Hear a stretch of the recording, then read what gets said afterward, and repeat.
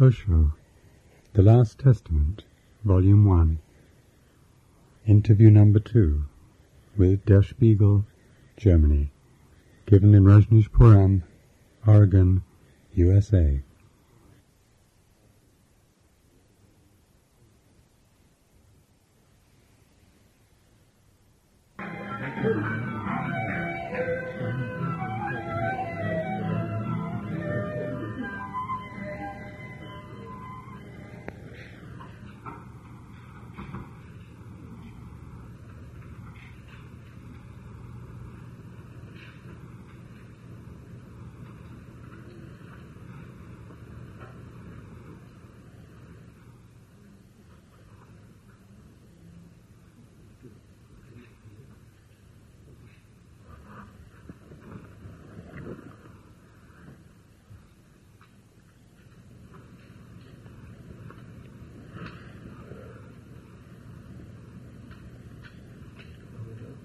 We are the guests.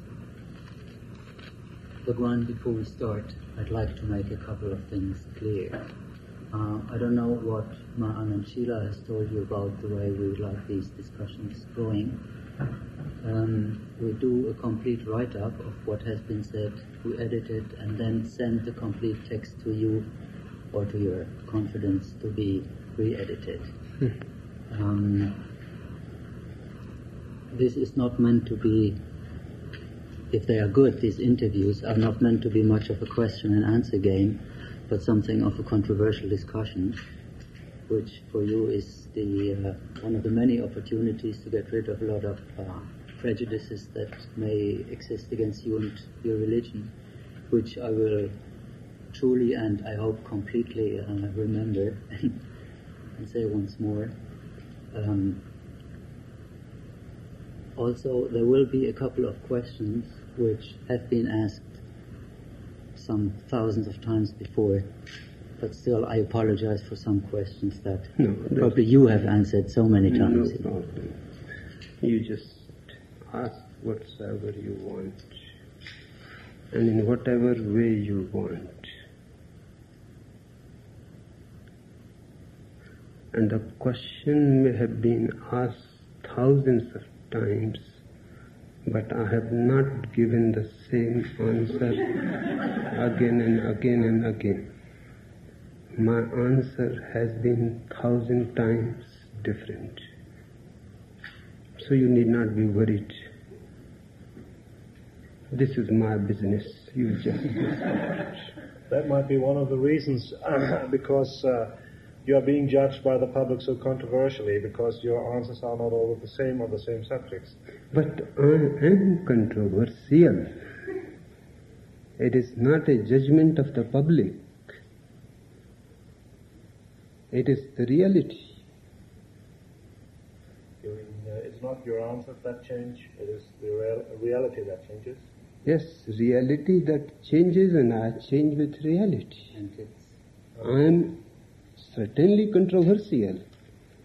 There is nothing wrong about the public thinking me as controversial. is there anything you're really angry about? Any controversial issue? No, You're beyond all these controversies. I just enjoy it.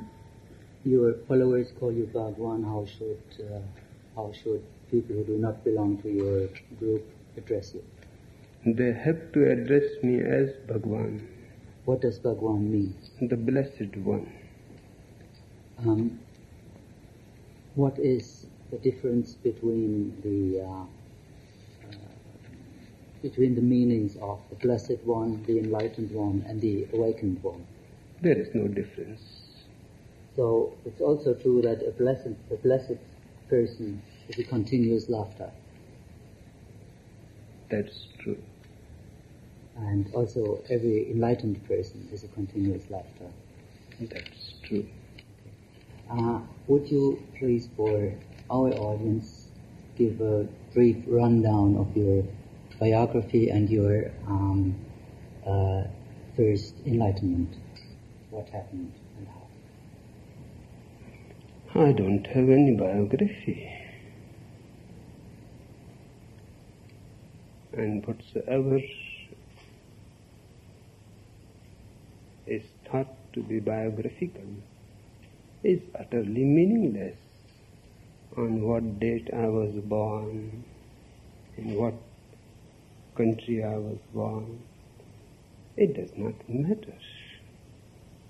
What matters is what I am now right here. Something that matters, for instance, for the American immigration authorities is whether you were adopted by an Indian gentleman who is an American citizen, for instance. Could you elaborate on that? Everything has been explained to them. All the documents have been given to them. Now it is for them to decide. If they decide against me, I am going to fight up to the Supreme Court. That means they have not yet accepted the explanation. 4 years. Those lousy people are just sitting there, doing nothing, no decision, this way or that. I understand that your real estate agents have started purchasing property in the Himalayas. That too. Or do you plan to move? No, I don't plan to go anywhere. You say I am going to be here. Whatever happens. Whatever happens. But you're still buying property in the Himalayas. That is my Indian followers making commune there, just as I have communes all over the world. For their own use? For their own use. I see. That means whatever happens, you have decided to fight for your staying here. I will fight to the very end. Would it be a hard battle? It is going to be. Will it be just a legal battle, or might there be other means involved? I would like it to be legal, but if they enforce me, then everything can be involved. Means even by way of armed resistance? Not from my side. But from the side of your other But sannyasin? No, not from my sannyasin's side either. That is my side. Okay. But if anybody tries to be violent in any way with us, we are not non-violent people. We are neither violent nor non-violent. We are simply human beings. But if violence erupts, you are... We will answer tit for tat. Yeah. Okay, that's a very straightforward question. Answer. What do you do all day? Nothing. Just nothing. And where do you do nothing? Just sitting in my room, in my chair, enjoying myself. And writing books? Did you write all these books that are carrying your name? For I have never read my book, any of my books. That means you have your ghostwriters, though. No, those are my discourses. And my sannyasins edit them. I see. And they are published, but I have never read. What is the point? How They are come- my words. How come that just now somebody whom you may know has published a thing which is called the Rajneesh Bible? It's a big title for a book. Bible simply means the book. It is not a big thing. Well, it also has an inclusion towards a founder of a religion. Are you about to found a new religion now? I am a founder of the only religion. All those founders were all hocus pocus. Why is yours true? Because I find them all Old.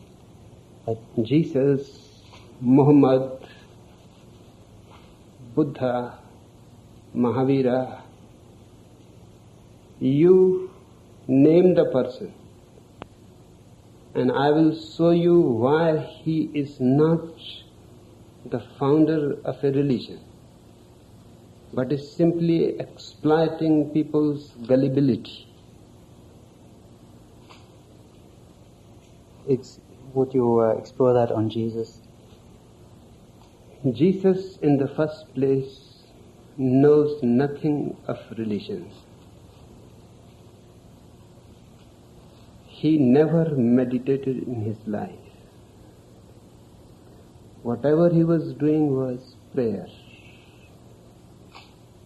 And prayer means you have already accepted the existence of God to whom you are praying. Your prayer is based on a belief. And all beliefs are ignorant. Knowing is something else. If you had experienced headache, then you know it. But if the whole world goes on saying about headache and you have not experienced it, just for etiquette's sake, you may believe in it. But that belief is ungrounded. I may also take an aspirin. I may also take an aspirin. If you believe too much, perhaps you may take an aspirin. Then things have gone worse than before. Jesus' whole ideology is based on belief. Whereas of course yours, I think, is on experience. I don't say to my people that you have to believe in anything that I say. I explain to you my experience, you try to experience. If you find it right, there is no question of believing in it, you know it. If you find it wrong, of course, there is no question of believing it either. Apparently your religion does not have a set of dogmas. No. However, there are some sentences which might help us to understand the essence of your religion. No. Well, for example, you teach selfishness. Yes, because it is natural. And I teach to be natural. Yes. Lion eats man. So do you teach the survival of the fittest? It happens. It is not a question of my teaching. So it doesn't, when you say it happens, you are never concerned with whether it's good or bad. No question of good or bad. There has never been a question of good and bad. The fittest survives. And the fittest writes all the histories and all the judgments. And of course, he is right. Might is right. And being Germans, you will understand it better. Well, you maybe understand it as well as you occasionally have strong preferences for Hitler. I love the man. He was crazy. So are you, you said. I am more crazy than him. So that's why you're greater than him. Then what? That's why you are a bigger or a greater man. No, not a bigger or greater. Just crazier. Last time when we talked to Marshila, I wanted to have some clarification of a sentence which you said. You said Hitler in the end failed because he was only a tool in the hands of higher powers. Something to that. No, don't bring Sila or anybody. Just I'm here. Now, be direct. Yeah, she said, ask this question to Bhagwan, which I've now done. Could you explain this sentence to us? You ask directly. Don't bring anybody in. Yeah, just let me ask you. Don't make it unnecessarily complex. Yeah. Ask directly. Why are you feeling afraid of asking the question directly? Let me refer to what you said. Afraid of people in Germany? Not really. No, This was just only- ask directly. This was only a polite reference to Mahashila. Don't be polite to me, because I will not be polite to I was only being polite to Mahashila. you. Mahashila is no Okay. more concerned here. The question is, Hitler was an instrument in the hand of magical powers. This is why he was victorious only up to a certain point. What does that mean? And who are these magical powers? Adolf Hitler was very much concerned about astrology. He was not listening to his generals where to attack, when to attack. He was rather listening to his astrologer, that what time is the right time and what place is the right place. And the generals were puzzled because astrologers have nothing to do with military science. But for 5 years continuously he went on winning, simply because the opposite nations, Roosevelt, Churchill, Stalin, they were following the rules of the military science, and he was just going according to something which is not part of military science. They could not conceive where he is going to attack. They could not conceive where they should gather their forces. Finally, Churchill has to export astrologers from India to England. Apart from military aspects, how would you judge him morally and politically?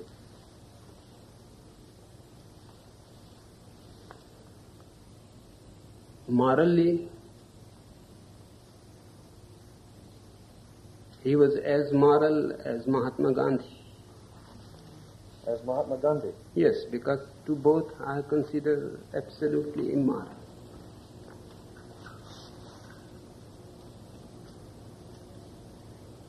In fact, he was more a Hindu than Mahatma Gandhi himself. In what respect? In his life, in his way of living. Because he was a vegetarian. He was a He vegetarian. was not non-violent as Mahatma Gandhi was. Mahatma Gandhi was also non-violent. Just wait a little bit.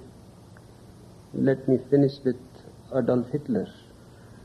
He was non-vegetarian. He was an early riser in the morning, going early back to his sleep.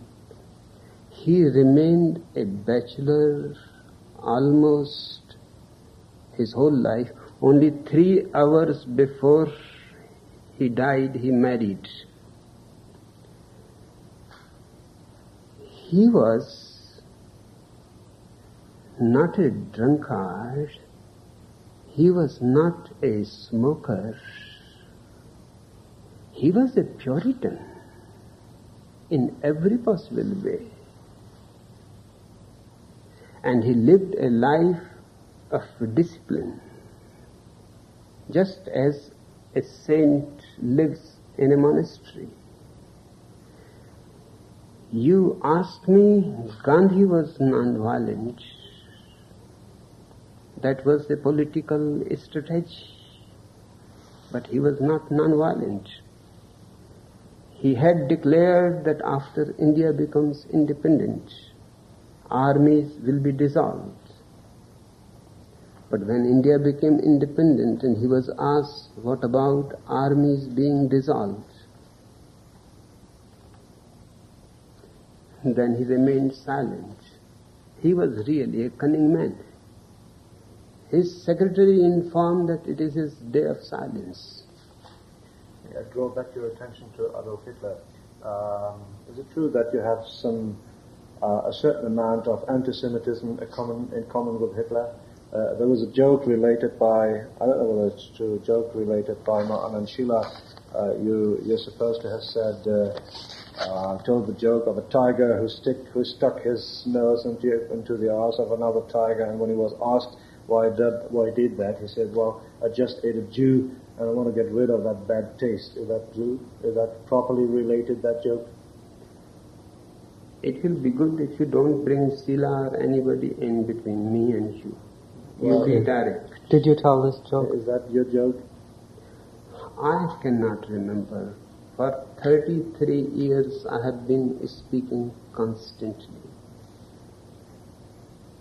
2 hours morning, 2 hours evening. Perhaps there will be no single individual man alive who has spoken so much as I have spoken. So, But do you like ask the question. Do you like Jews or don't you like Jews? I love them. What is the question of liking?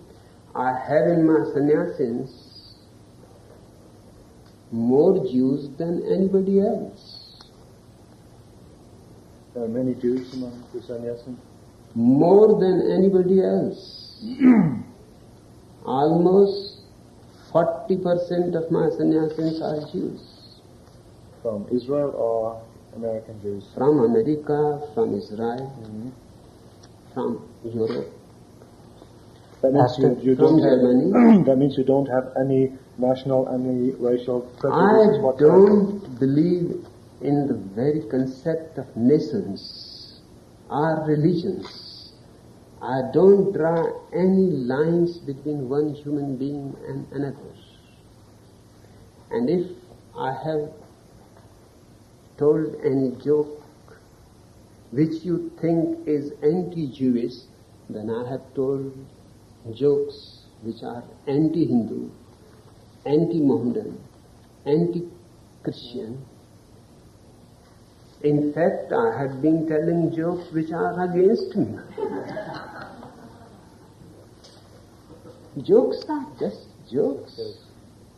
You don't take me to They are not a philosophical standpoint.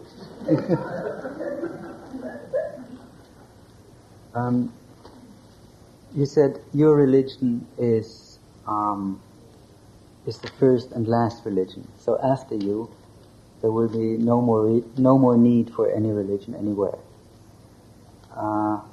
Yes. Does that apply to after your death?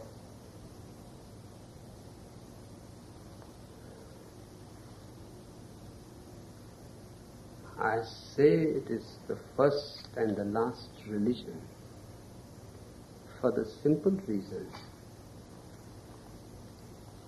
that I don't consider old religions authentic religions. They were pseudo. They pretended to be religions, but they were not religions. Because they were religions for the poor. No, because they were religions of superstition. Not a single religion has been able to prove God's existence. Not a single religion has been able to give any proof for heaven and hell. That doesn't mean God doesn't exist, if you can't prove He exists. It does not mean that, but it simply means you cannot go on worshipping something for which no evidence exists in the whole history of man.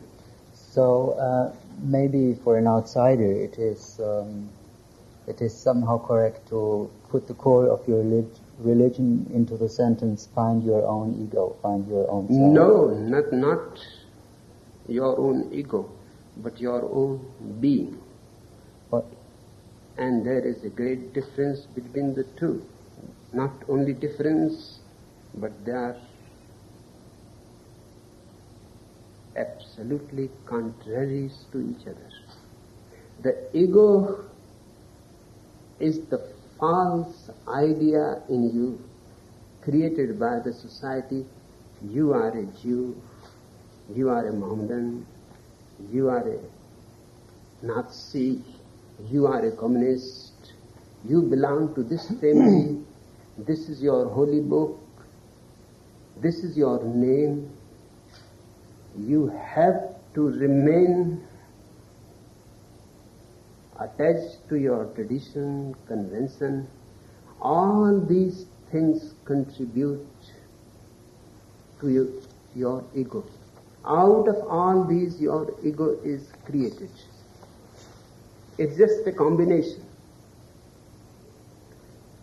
Your being is not given to you by the society, church, Family. education, family, nobody. Your being you bring with yourself when you are born. It is existential.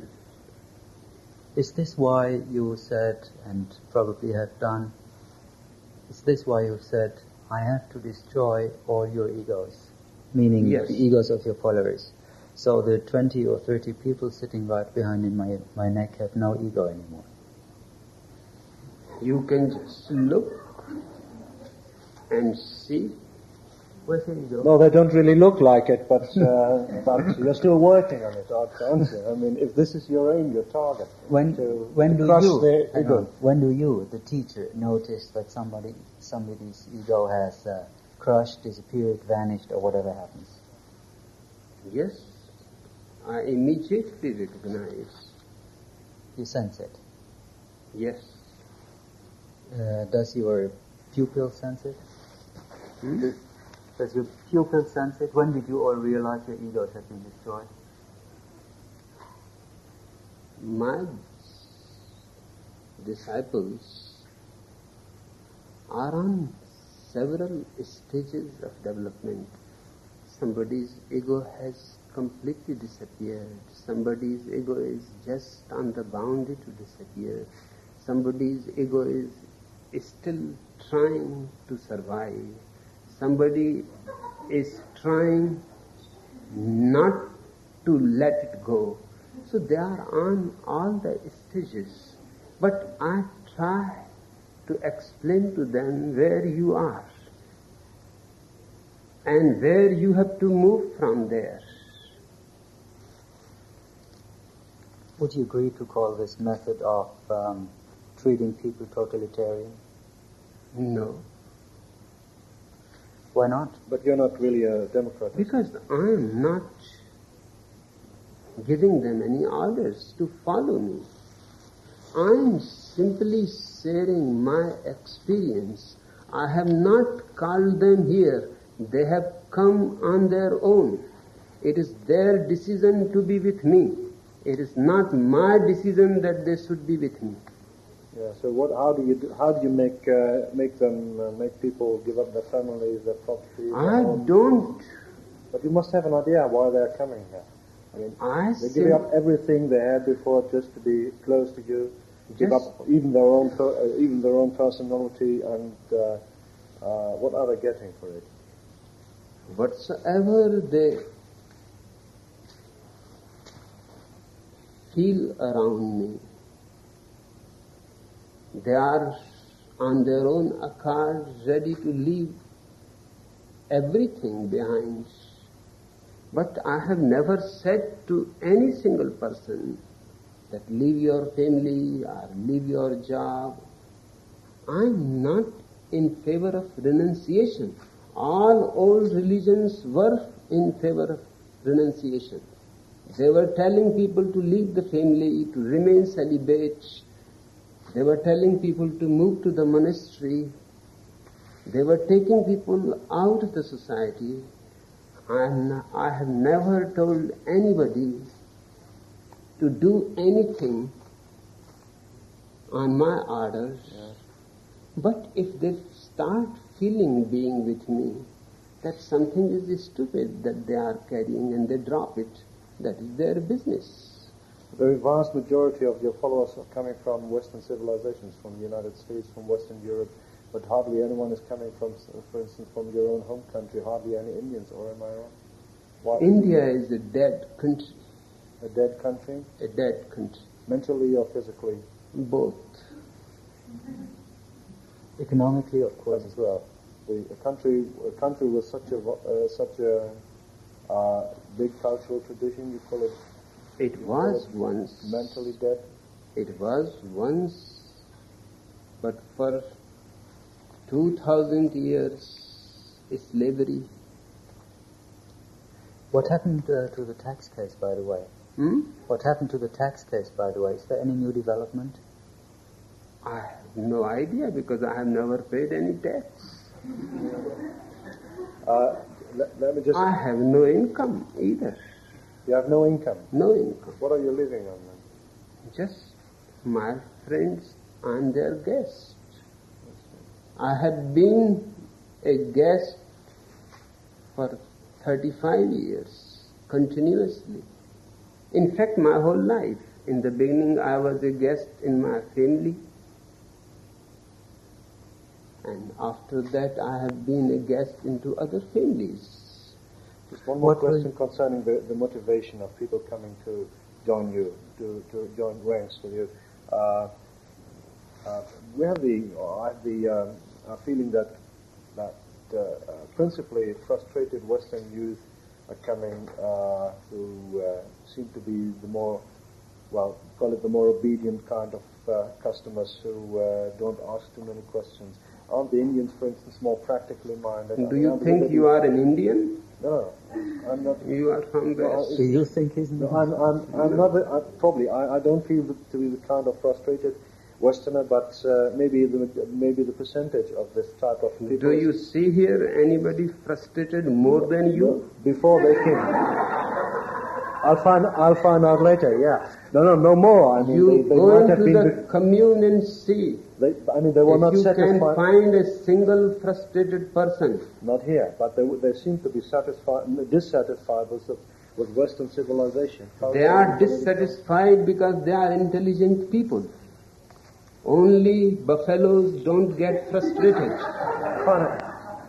You find a number of intelligent people in your own home country too. Why don't you attract any of them? I am telling you, India is a dead country, and everything which is born has to die one day. Even civilizations are born, and they have to die. But it is very difficult for people to drop the corpses of the ancient past, their glory, their tradition. They go on carrying the corpses on their shoulders. The division. They are very traditional, very orthodox, and completely close to anything new. They have the idea that their scriptures have all the truth that is possible. There is no need for them. We have the impression the majority of your followers are, well, call it. I don't mean it negatively. Some kind of dropouts of Western civilization. No. I read a book of what's his name, of Andres Elton, and he described exactly that feeling, that he was dissatisfied completely with Western civilization. Will you call Jean-Paul Sartre a dropout? Whom? Jean-Paul Sartre. Will you call Bertrand Russell a dropout? In the Western sense, yeah. Bertrand Russell a dropout. In the Western sense, yeah, I would call him a dropout. In no sense you can call Bertrand Russell a dropout. You give on the one hand Nobel Prize to the man, and on the other hand you call him a dropout. I mean, well, life is full of contradictions. Dropouts, I mean the stage I before. understand perfectly what you mean. Yeah.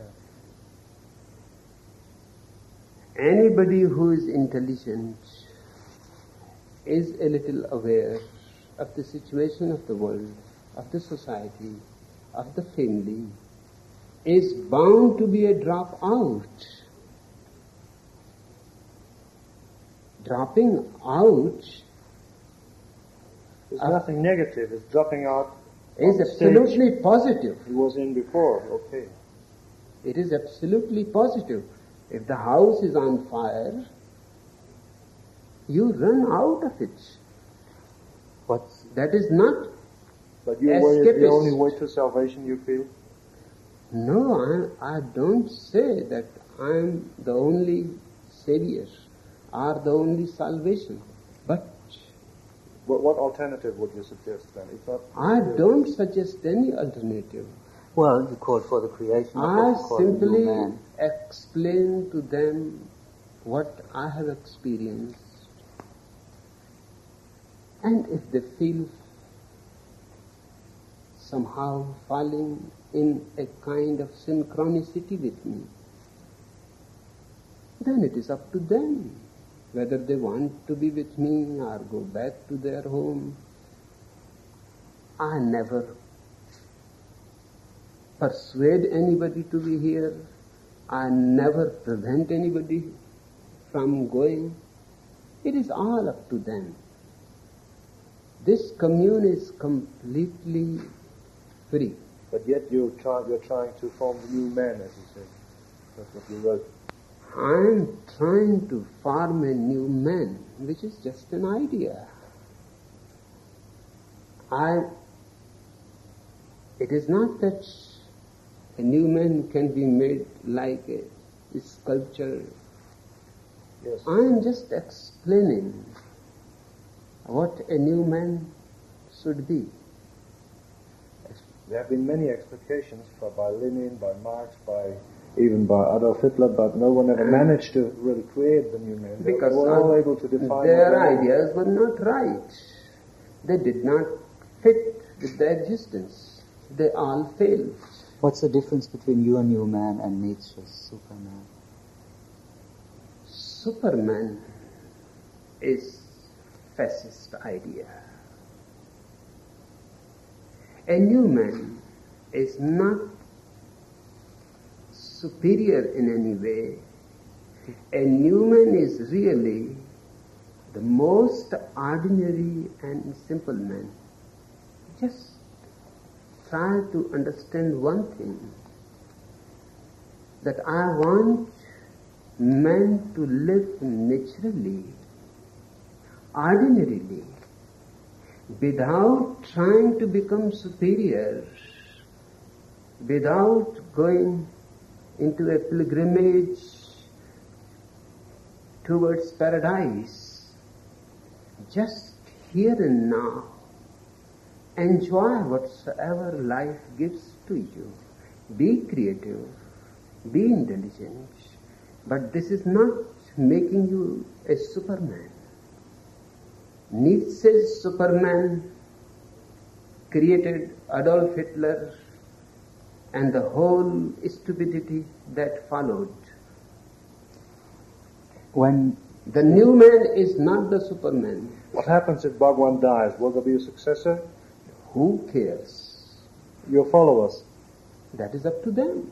Will you they vote for one? Will there be election? Or how? I have nothing to do with it. you have no The responsibility. moment How will I it be die, chosen? How will it be chosen?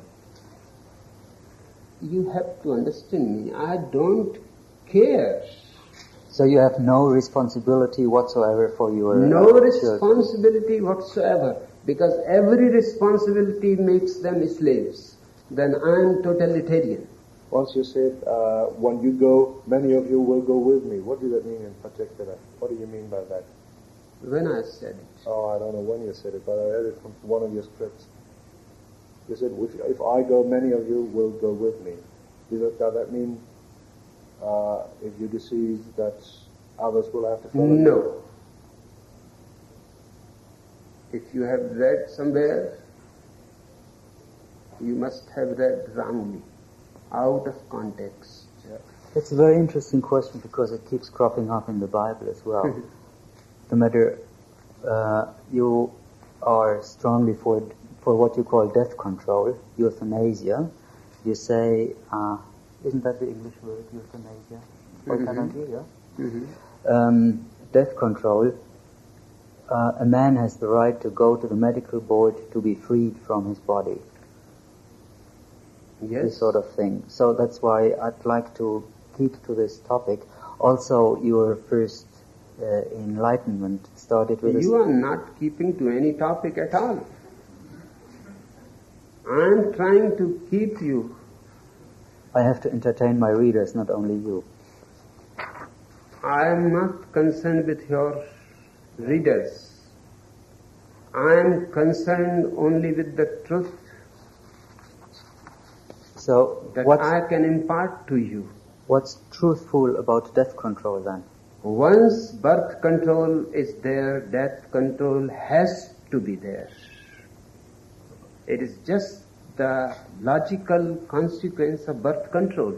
If you try to control birth, you are only trying to control on one end. What about the other end? You are preventing new children being born.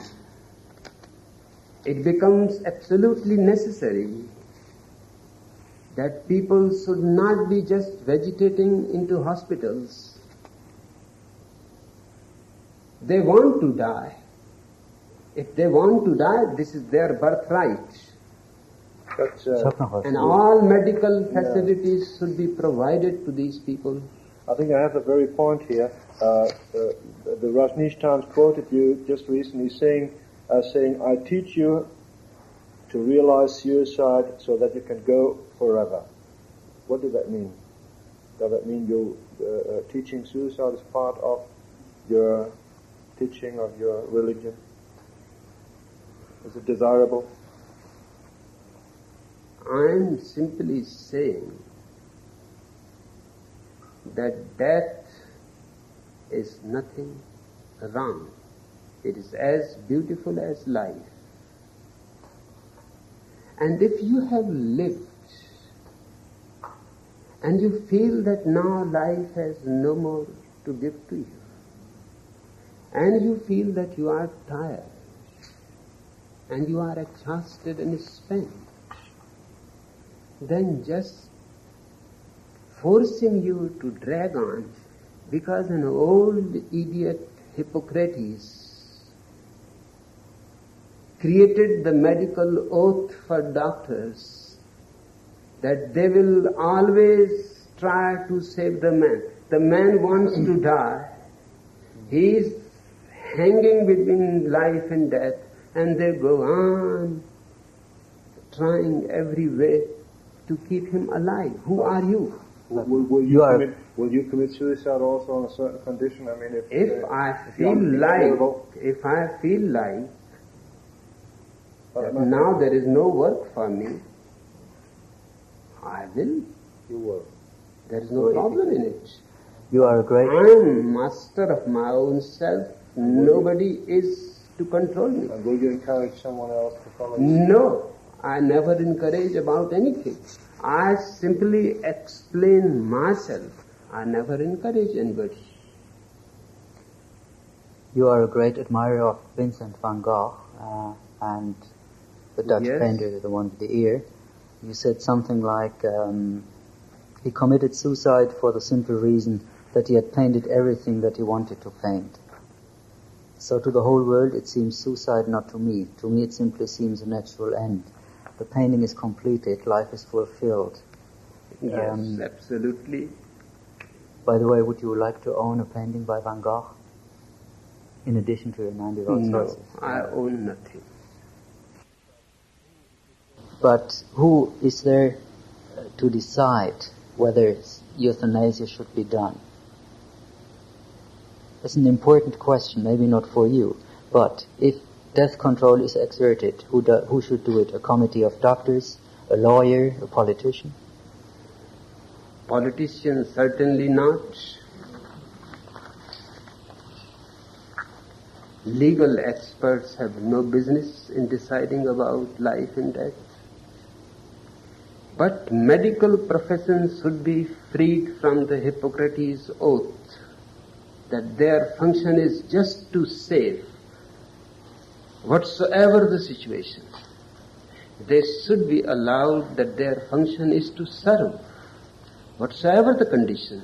If the person is still capable of living a meaningful life, if he is still wanting to live, If he has still the lust for life, help him. But if a person has nothing to live for, and he is asking you that it is time for me to be freed from this body. Well, he may have regretted it next day. What? He may have He may have regretted regretted his decision the next day when the pains have gotten less. No, whenever you have read that doesn't matter. You keep It's- saying you hang have on. no influence on what You no go on influence at all. interfering each other. Yeah, you say you have But no, we're no spontaneous influence, people, you know. no influence at all, and you're not trying to influence people, but you keep writing thick books and you're holding I pictures. will continue, Yeah. but I am not trying to influence anybody. Can't you understand that people are afraid of what you do if someone, one of your followers writes, I don't know the name, Mr. Tirtha, whoever it is, a doctor, he said in an interview, if Bhagwan told me to commit suicide, I would immediately take a gun and kill me. Isn't that a real What evil he kind of is saying influence? is his side. But it He is is not saying that I am going to say, because I don't say even for anybody to drink a glass of water or a cup of tea. There are other means of influencing people, just No, I am not. I am consistently making them alert that don't be influenced by me. I may be wrong. If medics, to come back What that man has said is his trust. There's a book written by you. Say the title is "Dying for Enlightenment." That's what you wrote. perfectly good. Yeah, but don't you think people might feel encouraged by such a title and what it No, contains? that dying means the death of your ego. The death and enlightenment through death. Yeah, that means the death of your ego, not the death of you. Another thing you try to destroy is conscience. Yes, the conscience that has been created by the society, because only that is the way to free his consciousness. And these are two different things, except in French language. In French language there are only one word, conscience, for both. Consciousness and conscience. But there are two different things. Consciousness the child brings with himself. Conscience is given by the society, the family, the educational system, and everybody else. So if he's freed, if somebody is completely freed of conscience, he might go around and do really harmful things. What? Isn't it conscience that refrains people from going around hurting other people? It is conscience that has been creating all the wars in the world and killing millions of people. Maybe there's different types of conscience. All the consciences. Mohammedans have done that, Hindus have done that, Christians have done that. All the nations have been, for 3,000 years, there have been 5,000 wars in the world. And they are still preparing for the third total war. This is the conscience of your presidents, of your prime ministers, of your leaders, of your popes, of your priests. A man of consciousness cannot do anything wrong. It is impossible. Is Mother Teresa a woman of conscience? I'm just mentioning the name because I have a quote. Can't you find anybody? You said she's Better. by God criminal. It's very good. It's very good for a start, that remark. And you called her by God criminally minded and idiotic. Do you Yes. think that's the right way of calling someone who dedicates his life to helping the miserable in the world? The people who devote themselves in helping the miserable keep misery alive. They're trying to fight it, at least. No, they are simply exploiting their misery for their own glory. Misery can be destroyed completely, but it cannot be destroyed by Mother Teresa. Mother Teresa wants more orphans. Mother Teresa wants more poor people so that she can convert those people to Catholicism. It is sheer politics. There are plenty of poor people, plenty of miserable people in India. That means even with 10% of the... All the religions have been exploiting and doing the same thing. I don't make any distinction between those religions. That means good-heartedness, you wouldn't approve for good-heartedness as... No, not at all. I approve only of one thing. If you have plenty, abundant life, joy, anything, and you want to share it, and if that sharing is a joy to you, share it. It does not matter with whom you share, whether the other person is rich or poor, Hindu or Mohammedan, Western or Eastern. If you are full of fragrance, you will share it. There is no other way. When the cloud is full of rainwater, it showers. I do not teach to serve the poor. I teach destroy poverty. And we have all the means in our hands to destroy the whole poverty. But the politicians will not allow. The priests will not allow. Because they both will disappear with poverty. Remember. Who is we, mankind or the Rajneeshis? Hmm? Who is we? You said we have all the means in our hands. We is mankind or I the mean Rajneeshis. the intelligence of mankind. Yes. I am not a Rajneesh. I still find it difficult to accept the fact that it should be a big step forward for mankind if conscience is destroyed. All that conscience has done up to now has been simply ugly, destructive. We need a better concept, and that is consciousness. Consciousness is a purification of your being through meditative methods. That's my whole work. And then you will be, and Then whatever a conscious man does is right.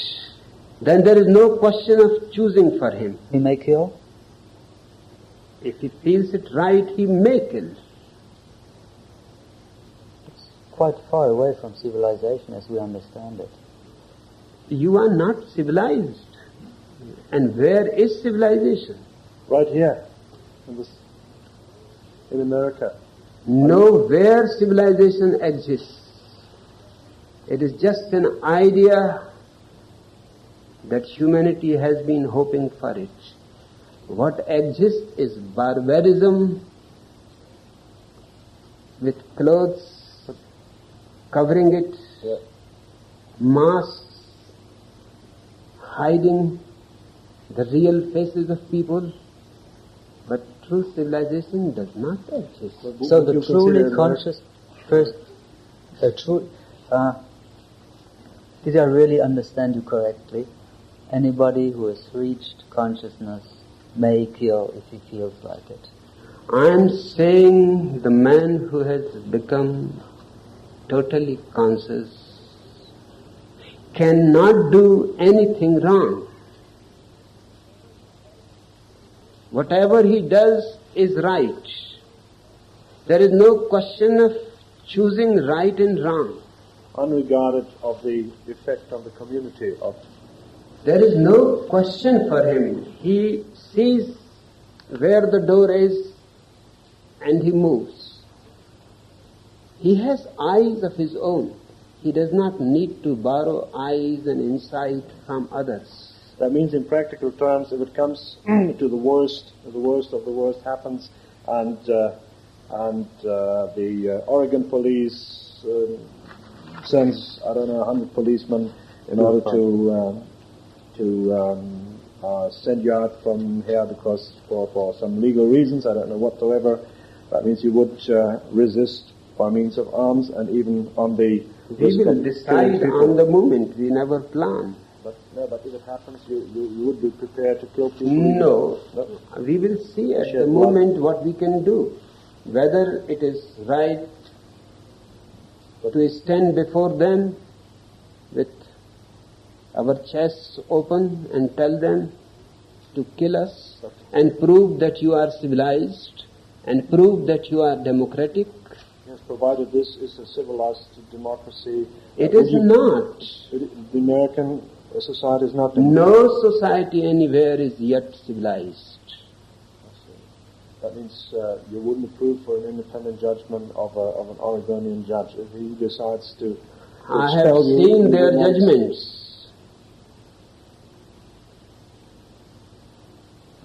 That means you wouldn't approve if they decide to expel you. You would resist. I will resist, certainly. By any means available. Certainly. Even on the risk of creating a bloodshed. Does not matter. Nothing matters. If somebody is being nasty to innocent people who are not doing any harm to anybody, then whatever happens. Yes, in a democracy, it's up to the judicial authority to decide what is harmful and what is not. I mean, so if you're loyal to, we will go on fighting up to the Supreme Court of America, and even if we see that, so if you lose there, then we will fight. With the arms you are collecting already? No, we don't have arms to fight America. So what are the arms for? They say you have arms for. I read the quote somewhere. I think it was from a senator. He said they have arms for a combat regiment, like a combat regiment in Vietnam. Yes. What are the arms for? 24 arms for the police, which are declared to the government. You think they are enough to fight America? Then what Soviet Union is doing? They are afraid. They might. You mean the 24 guns you have? They are just cowards. This is it's enough for a regiment in Vietnam. That's how no. They are absolutely absurd. You're such a loving community. Why does your police force need arms? We are such a loving community, that's why. We don't want this loving community to be destroyed by idiots.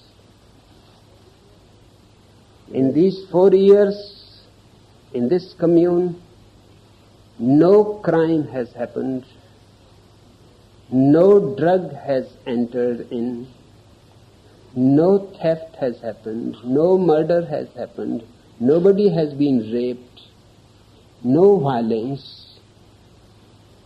These few arms and policemen are part of the Oregon government. Just in case a crime would happen, you have the judicial means to deal with them? We have every judicial means. We have 400 sannyasins who are legal experts. Perhaps nowhere else you will find such a big legal firm. And these 400 legal experts are going to fight to the very end. How in your community is quote unquote deviation treated? Well, if somebody does something the rest of the community doesn't feel right, what happens? Just he is taken to the hospital. Against his will? Otherwise, he is told to leave if he does not want to live here.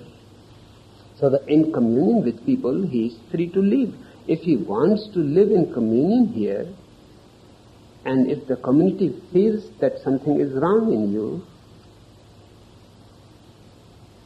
go to the hospital. And in 4 years' time, nobody has resisted. Nobody has been taken to the hospital forcibly. You do perform your own your own marriage and death ceremonies. Would you please describe them to I us? do not perform anything. My people do everything. I am just a non-doer, just good for nothing. My people do everything. If they want to perform marriage, they perform marriage. If they want to perform divorce, they will perform divorce. It is up to them, their business, nothing to do with me. I am completely an outsider. Let me repeat, I am not a Rajneeshi. I don't live even in the city of Rajneeshpuram. I live outside, in a guest house. I am not a resident. Well, at least they don't give you dog tags, like they would do with other visitors. They don't give you dog tags around your arms, like they do with other visitors, do they? I'm not a visitor. What I'm trying to say is it seems somehow simply stylish and very coquette to say, I have nothing to do with this community. It is so true. What else can I say? I have nothing to do. I have never performed a single marriage. I have never gone to any service for somebody who has died. But if you drive along the street, they stand and cheer. That is their business and their joy. Just now they were standing outside. I had not asked anybody to stand there. And they will be standing still. Just open the door and see. Yeah. And nobody is telling them. 2 hours those loving people will be waiting for me. You said once, it is dangerous to be part of my commune. You are taking a risk. What kind of risk does everybody take who joins you? The risk is of dropping all rubbish that everybody carries and thinks is very valuable. All kinds of crap. Your religion will disappear. Your nationality will disappear. Your whole idea of racism will disappear. Your belief systems, your political ideologies will disappear. Here you will be just a simple, innocent human being. I believe in the individual. Innocence also means irresponsibility. Yes, it means both. It means irresponsibility to those who have been forcing responsibility on you. But in fact it means responsibility. Because a person who is totally free, whatever he does, he is responsible for it. He cannot say that my commander-in-chief ordered, that it was from the Pope, that what can I do? It is from the Jesus, the only begotten Son of God. He has nobody to dump anything. All responsibility is his. So whatsoever he does, he has to take the responsibility upon his own shoulders.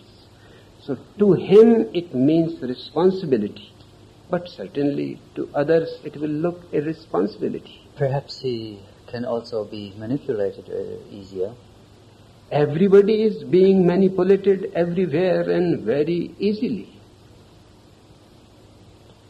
Let us come back to one more practical term. 2 days ago you said, when you were asked whether you were trying to spread your power, your influence over the whole of Oregon, you said you want to try to spread it over all of the United States. No, these are not my words.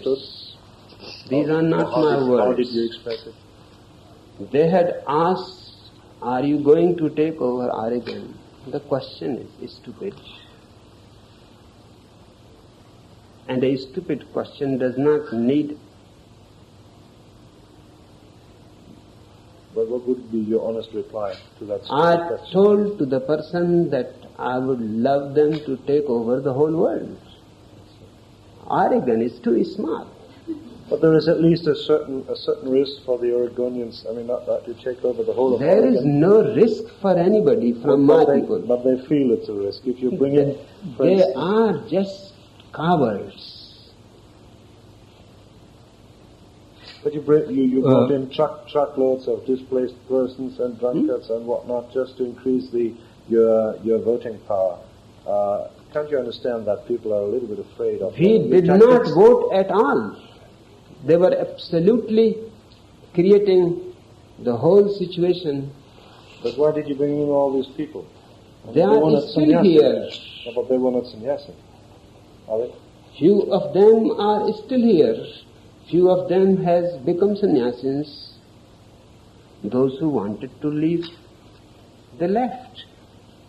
We had brought them because we wanted to share something with them. This time we are going to bring somebody else. Next year, every year after our annual celebration, we have enough money to share.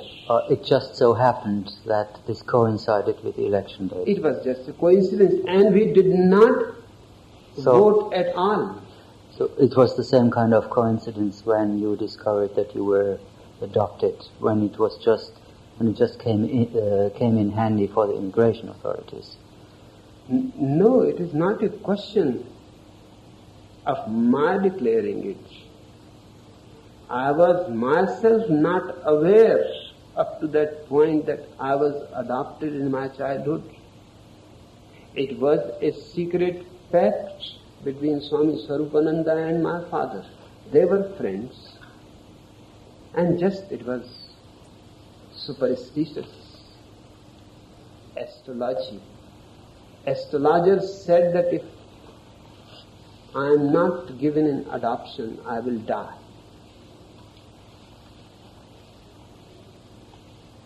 And I should be given to somebody who does not belong to my family, does not even belong to my caste, to my religion, somebody utterly stranger. But somebody must have known that all the way. Just only Swami Swarupananda and my father. Those two persons had known it all the way. My father is dead. Now only Swarupananda is the person who knows and who has all the documents. So when he declared, I came to know about Well, I'm quite amazed by that high rate of coincidence. it. It is not a coincidence. It happens in India every day. If people are told by astrologers that their children will die, it is good to let them be adopted. That way they think they are going to deceive the stars and death and everything. It is foolish. But it happens every day. And they kept it a secret pact between themselves. Until they could use it.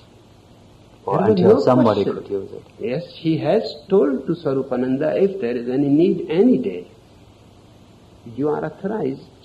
He is your son. We have still 2-3 more important complexes. You predicted World War III for some time, for some undisclosed year between 1984, I think, and 1999. Have you got any precise idea now?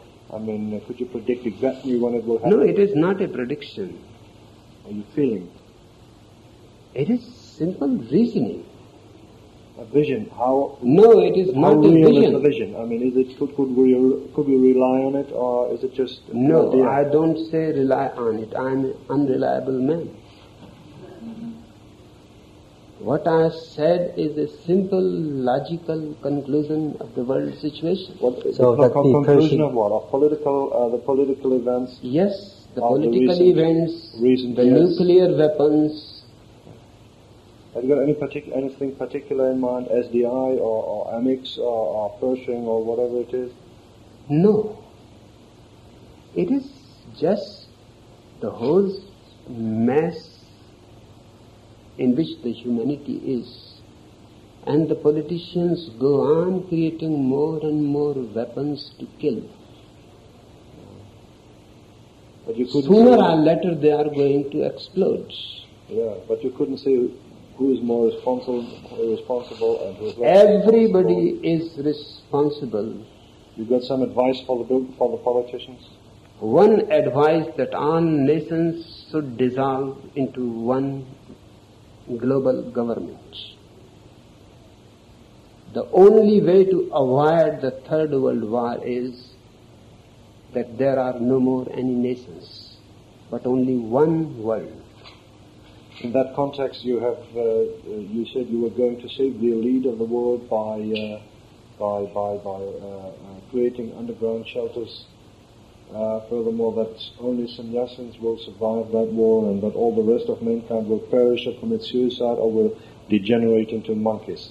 So, are these the prospects of what's going to of what the world will look after that war? If the war happens, then only few people are going to survive. And that will be Perhaps even they may not survive. the sannyasins will survive. You said, are you? I mean, Are you practically, preparing for it? are you building? Are you constructing a shelter, a nuclear-proof shelter? They are preventing.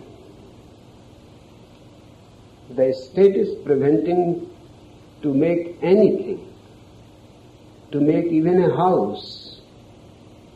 And we are fighting the case in the court. But I mean, are you building bunkers for We them? will make, Yeah. once our case is finished, You will start building we will, nuclear-proof we bunkers. will, I would love my people to survive. But I mean, are you taking practical steps? We are fighting in the court. What more practical steps right now you want me to No, take? practical steps against dying in a Holocaust, not against surviving in Rajneeshpuram, against being expelled from Rajneeshpuram. Are you part of the peace movement and this sort of thing? No, No, I am not interested in any peace movement. I see. They have never succeeded, and they are utter nonsense.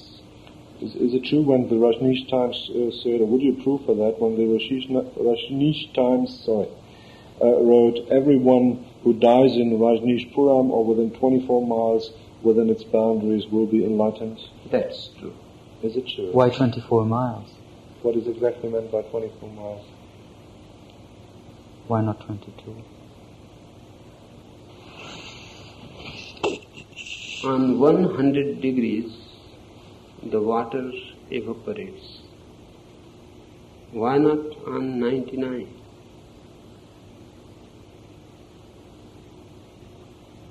It is simply a law of existence. You cannot ask why. This is a law of existence that if one man is in the state of absolute enlightenment, his being there creates a certain vibe, 24-mile radius around. But If who? that When did that radius- happen? When did that happen before? When Buddha died, or Yeah, Buddha also had the same exact 24 miles radius. what about Jesus, No, Muhammad, no, other religious leaders, none except Buddha. and you? No, there have been many others whose names are not known. Right. But these people, Jesus, Moses, or Muhammad, are not enlightened themselves. But there have been many. For example, Kabir in India, Farid, a Mohammedan in India, Bodhidharma, an Indian in China, Chuang Tzu, a Chinese, Lao Tzu, a Chinese,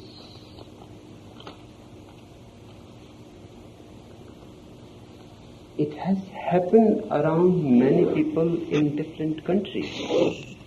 And I have spoken on all these people. There are at least 350 books that I have spoken, and I have talked about these people, their methods, what happened in their life and what happened in their death. But these people, Muhammad, Moses, Jesus, are themselves not enlightened.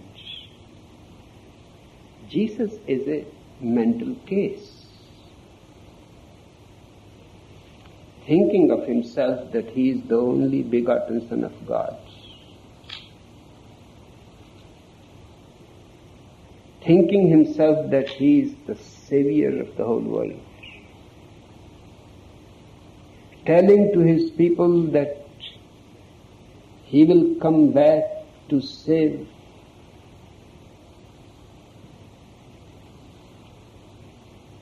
and the things that he did,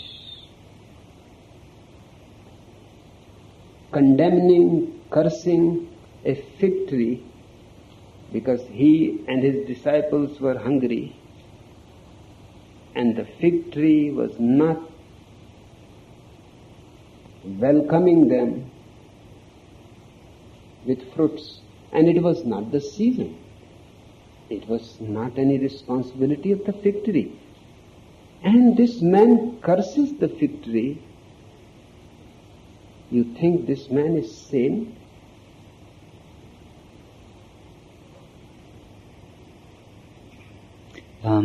Bhagwan, will you give us 2 minutes to flip over the tape? Mm-hmm. Thanks. No, isn't it? Okay. Sorry, I wasn't understanding. Yes. Okay. It's a very important question, not a very philosophical one, but a question that interests large crowds of people and readers in Europe. In Pune, you favored unlimited sex as a kind of birthright, and so it seemed. So as it looks, it was exercised, and now, as it looks to us, as I understood from what I read, it seems to be rather the contrary. You said sex is only allowed with rubber gloves, and even kissing is forbidden. What made you change your mind so much? Because of the facts of life. In Pune, when I had said to my people that sex is simple, natural, joyous game, you can enjoy it. Don't take it seriously. It is not sin. It is not crime. But don't impose yourself upon anybody. Two persons willing together, it is absolutely their right to enjoy a sexual meeting. But you'd rather see if they turn it into conscious, you said. Yeah, I would love that slowly their meditation grows so that even while making love, like the Christian monks in the monasteries. Christian monks in the monasteries have been masturbating and nothing else. That means they are not turning it into consciousness. They cannot, because they are repressive people. Yeah. If you repress your sex, you can never become meditative. The moment you will become silent, immediately sexual fantasies will come up. That means is it a matter of age, or is it a matter of stage of consciousness, or what would you say? I mean, you say you're not opposing it directly, but you wouldn't favor it the same way as you did in Pune, is that right?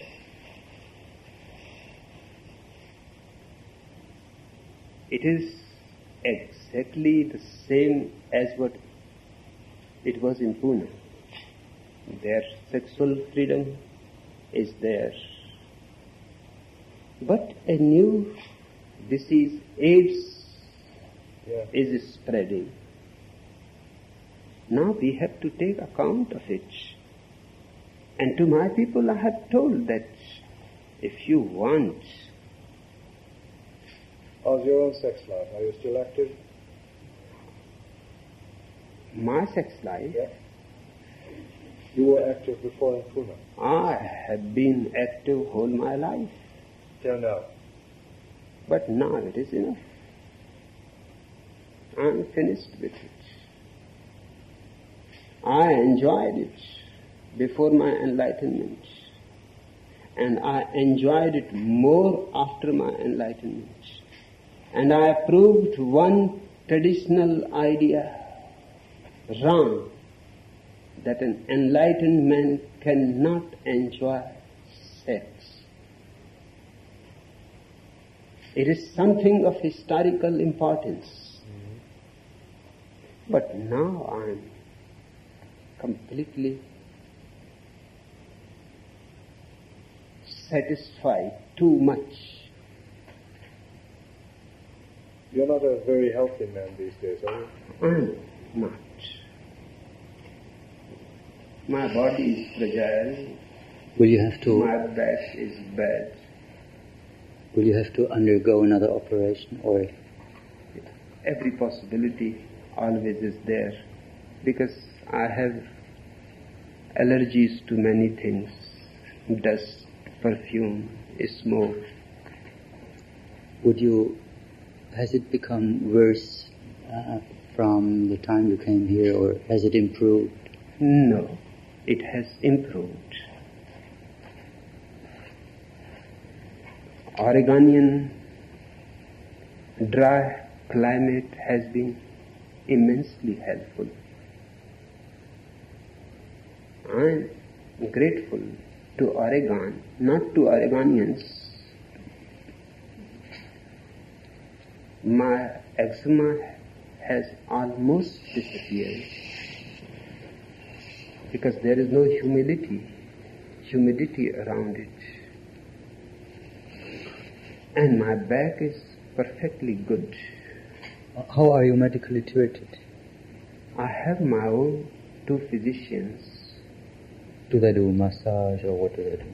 No. Medically,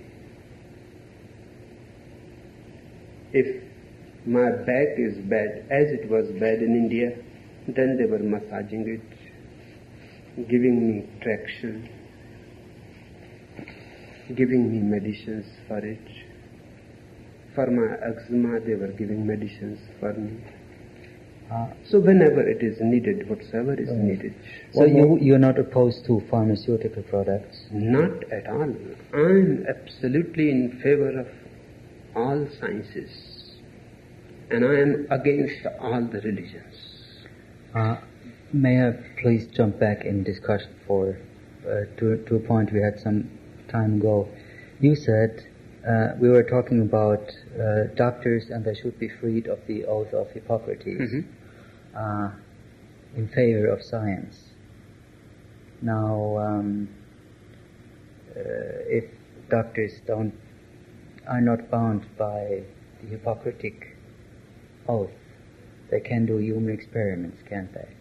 It's perfectly all right to experiment with human beings. It is absolutely right.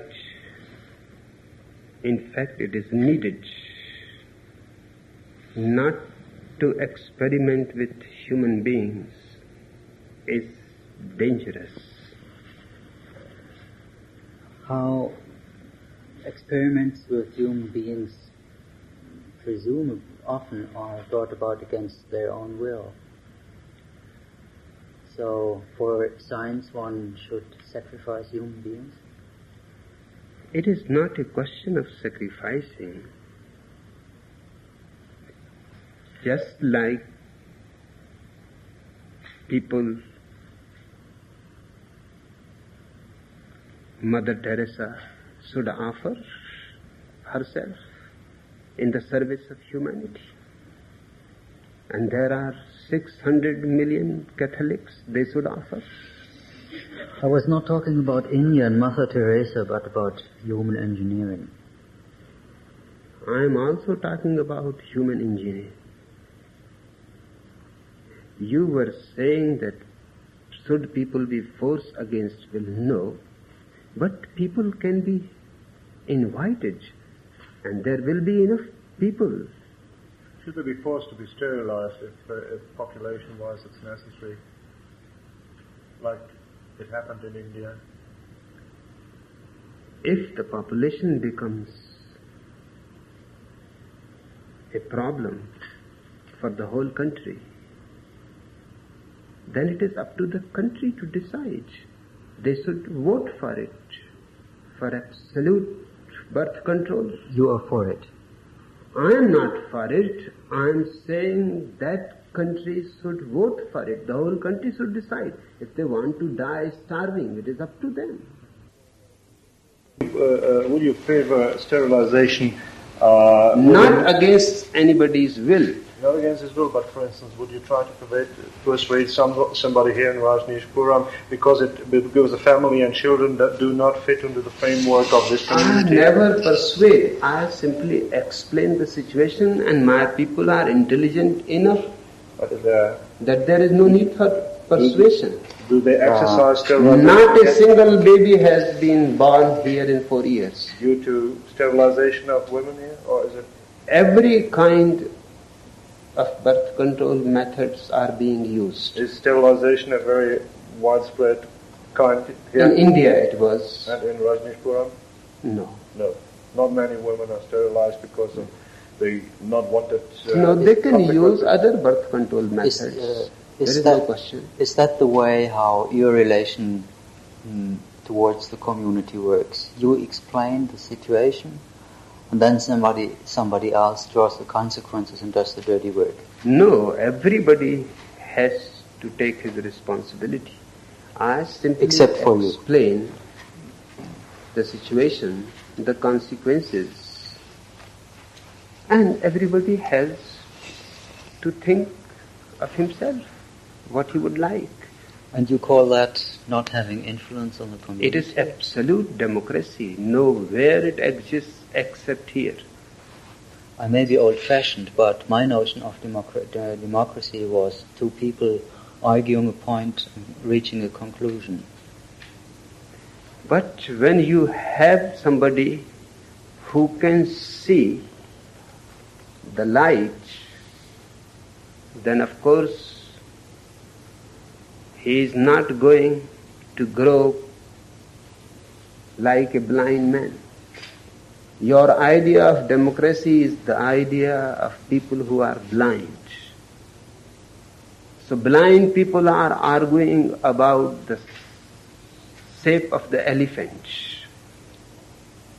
and they are arguing about whether light exists or not, and to what conclusion they can ever come. Hang on. If you are not responsible what your community does, it works the other way around too, because basically your community isn't responsible either. So nobody in this valley is responsible for anything. Everybody is responsible for himself. Nobody is responsible for anybody else. That's why I don't call it even a community. I call it a commune. And I make a distinction between two words. A community is a certain kind of contract between people. A commune is open without any contract. Yeah, it's lawlessness. It is lawlessness because there is no need of law. Tell me one more question. How can a community survive without a family, without children? It is surviving. Or by getting for new a certain things. period, yes, but Who cares? I'm very irresponsible about the future. I don't bother at all about tomorrow. If tomorrow the whole world is simply evaporates, You won't have finished your atomic I will say goodbye. Good morning, America. That would be a very good final sentence, but I have a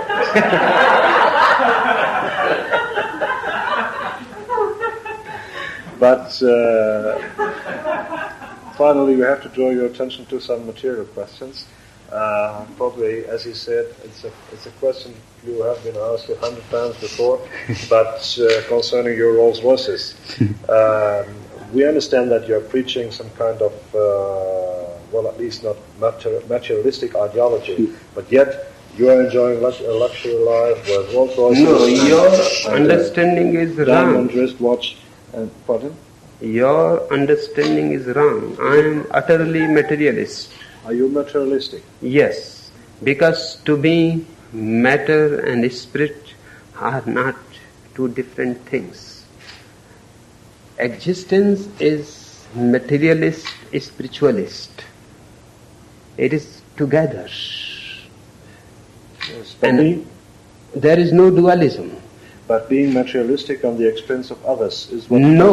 what others have described as No. exploitation. Wouldn't you approve that? Not at all. I don't possess a single Rolls Royce. You are talking about Rolls Royce. Yeah, well. I don't possess.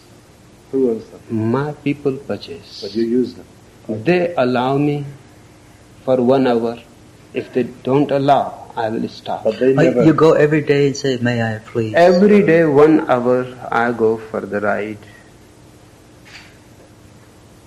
And my people allow me. And I am not against riches and I am not against luxury. But But I am not asking anybody. we see others are. You were Yes. talking about That the one, watch. for instance, yeah. Yes. Or is it just is it original diamonds or is it Are you a jeweler? imitation? What is Well, it? I'm not an expert on jewelry, but it looks rather genuine. Is it? It is not. To me, diamonds or stones are the same. Yes. I enjoy it. It is beautiful. And it has been made by my people. It is not Piaget. But they have defeated Piaget.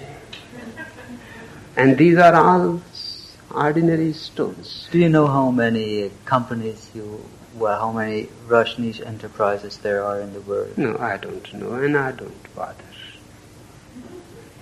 But nevertheless, I mean, you enjoy a kind of luxury. Would you agree? I am a perfect showman. At least, even if you don't own them, if you want to hire a Rolls Royce, I wouldn't be able to. Not one. My people have managed to have 90. But it's very uneconomic to have 90 Rolls Royces and having them in the garage and use one. We don't bother about economics, economy, future. But They are going to have 365. But wouldn't it be better to let your people enjoy the fruits of their That work is up a to little bit them. more Just spread it a little bit more just. No, my commune has hundreds of other cars, hundreds of buses, Buses. 4 planes. They have everything. It is not that I am enjoying luxury. They have everything. It is simply out of respect they will not use Rolls Royce. And why I am using it, I have tried all the cars just by coincidence. Only Rolls Royce seat suits to my backbone. And that too, And a Mercedes wouldn't be good enough? I have tried it. It was not Not good good. enough. Not even other Rolls Royces, which are far more costlier. I was having Cornish. It didn't suit me. That was the costliest Rolls Royce. Then I was having Comargue. That was number 2 Rolls Royce in cost. Didn't suit me. Now I am on the 3rd grade. The silver super. But you would not, for instance, in special regard to our German readers, you would not recommend a Mercedes for No, people I that have take used it. I have used it. I will not recommend for it. But it's not Very very... much in doubt whether we'll be able to print it because they have big advertisements. And people You know that. have to print it All right, we promise. because I love Germans. I have in my sannyasins a big number of Germans, and they are the most stable, intelligent, reliable, responsible people in the commune. They also provide the most of money into the funds. Certainly. And were they also the most frustrated ones before they came here? That I don't know Because- what they were. We're trying to build a bridge towards towards current German civilization. You have the impression that the frustration with that's what Andreas Elton wrote. Frustration with civilization driven to you. There may be some truth about it, because as man becomes more intelligent, more alert, he starts looking for any meaning in life, and he does not find it. Hence frustration. So, Then he starts looking for some way. so Germany is first in intelligence but only second in making cars. So Germany is first in intelligence but only second in making cars. certainly, you have not been able yet to create a Rolls Royce. We are trying hard. You can try hard. Do you know who decides who comes comparatively close to you, who surrounds you in your study, in your everyday life? Obviously not 5,000 or 2,000 No, people just around.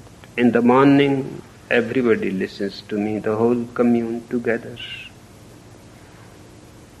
In the evening, my secretary, Sila, comes if there is any problem that she needs guidance from me. In the day,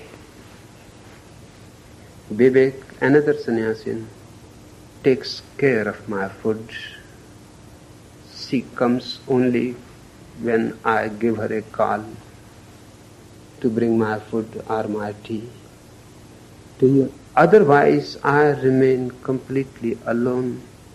Do you happen to know why the people sitting here have the privilege of seeing you tonight? That is, You don't. no, that is the decision of Isabel. People who are editing, people who are part of the publicity department, people who are in some way concerned with our magazine, with our newspaper, with our newsletter. These are the people. Isabel has collected them because they need to be.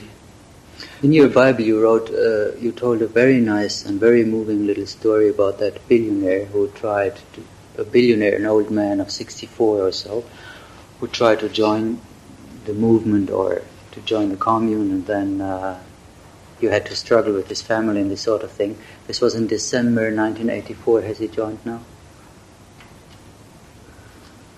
This morning I told the story you are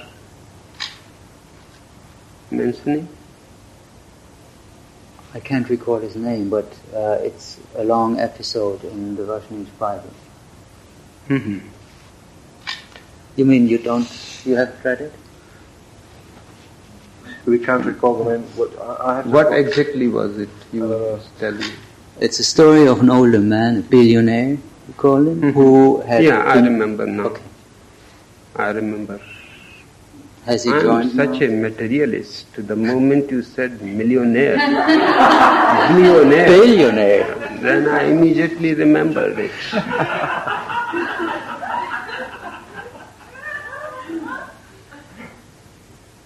He was here.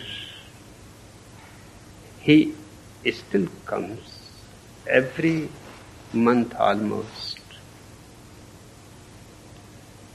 His family is much disturbed because he is the head of the family and head of the businesses and corporations, and they are naturally worried that if he becomes a sannyasin, he may start donating to my Rolls-Royce collections.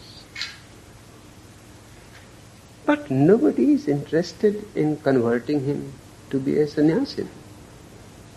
In fact, he was amazed that nobody has even asked him to be a sannyasin. For almost 1 year he has been coming here. His family is worried. Here nobody is bothered. Here nobody takes any interest into anybody's personal life. Why you are not a sannyasin? Why don't you become a sannyasin? If you have been coming for 1 year continuously and doing all the groups and the therapies, you must be somehow thinking of becoming a sannyasin. Even that is not asked. Let me ask one last question I asked Sheila before. Why You did you have... drop that, Sheila, completely. I'm not asking her, I just want to ask you the similar thing because I'm interested what you think about You it. just asked directly. Yes. Why is it you have only women in your inner circle, in your inner power circle? Are you convinced that they're more intelligent, or that women are generally more intelligent than men, as Sheila put it? Or is there any other reason for it? There are many reasons. The woman is not more intelligent than man. But because the woman has not been allowed to use her intelligence for centuries, She kept it fresh. she has For kept this it purpose. fresh. Uh-huh. That's why she looks superior and better and more capable. Otherwise, there is no question. It is just a land which has not been used, not been cultivated. She gives better crop. And woman has always been symbolized by the earth. That's why the husband, the word husband, it simply means the cultivator. Because women have suffered for centuries, I would like to compensate. Man has done sheer inhumanity to women. They have been treated worse than cattle. So in my commune, I have allowed them to express and come up with their whole potential. One thing is certain, that they are more loving. Clever? More Happy. loving. Oh. And as far as religion is concerned, a loving person has more possibility to grow than a man who is stuck in his head with logic, ideas, philosophies. The woman is free. If she falls in love, she is more courageous than any man. And to be with a master is a kind of love affair. For man, for women, it makes no difference. These people love me. But not in the real sense of the word. In the real sense of the word. Not only Not philosophically. in the unreal sense of the word. of which you are accustomed.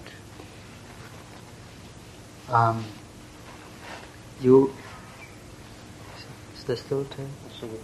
Yeah.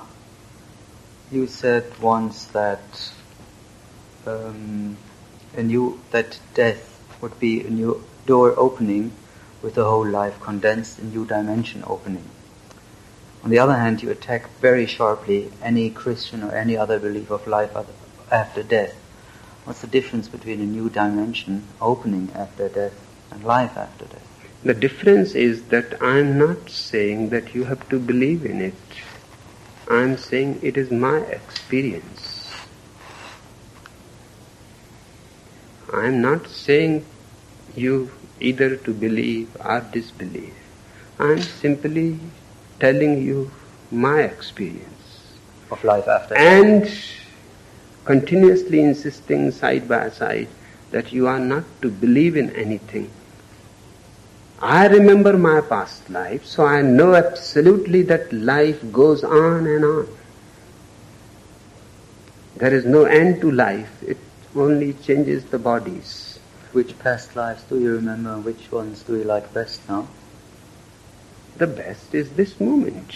And which ones do you remember? I remember many fragments sometimes few incidents, sometimes the whole series. But it is pointless. Tell us them. It will be meaningless. But we are curious. I am not curious.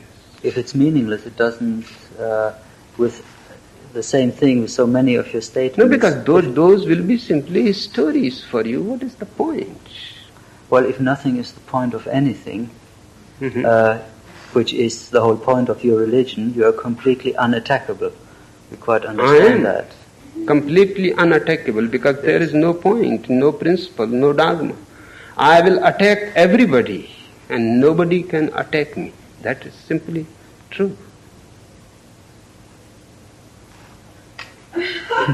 Coincides. Now that was a coincidence. Right. Okay.